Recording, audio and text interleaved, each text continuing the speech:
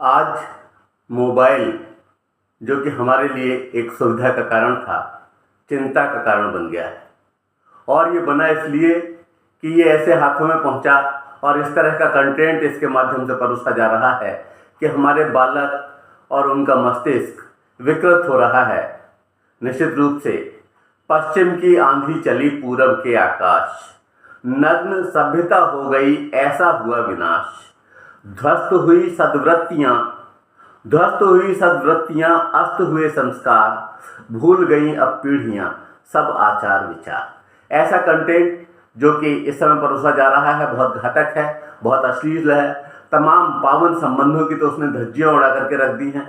आवश्यकता इस बात की है कि तुरंत सचेत हुआ जाए। शासन अपने स्तर से प्रयास कर रहा है, लेकिन शासन स्तर से किए गए प्रयास नाकाफी हैं।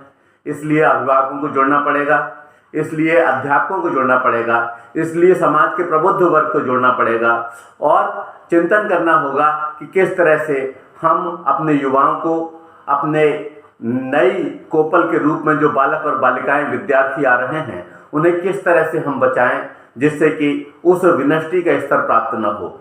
आप समझिए कि इसकी कोई लिमिट नहीं रही है। आज एक प्लेटफॉर्म और आ गया है, OTT, ओवर द टॉप, और उसके माध्यम से सहज रूप से इस तरह की अश्लील सामग्री हमारे बच्चों तक पहुंच रही है।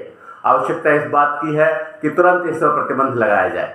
कुछ चैनल्स पर प्रतिबंध लगाने से पूरी व्यवस्था पर रोक नहीं लग पा रही है। आवश्यकता इस बात की है कि हर एक जन सचेत हो, तब कहीं हम इस तरह की स्थिति से बच पाएंगे।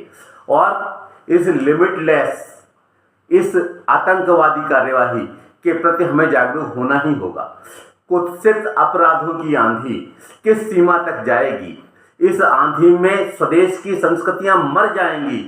वो समाज के पहरेदारों, रोको इन तूफानों को, बचा सको तो अभी बचा लो भटक रही संतानों को। बहुत आवश्यक है कि ये जो अटैक हुआ है, ये जो अश्लील अटैक हुआ है, इससे बचाने की बहुत अधिक आवश्यकता है। हमारे बालक, आने वाला कल, इनका सब कुछ सपने, सब कुछ बर्बाद हो जाएगा अगर ये इस तरह के कंटेंट से जुड़ेंगे।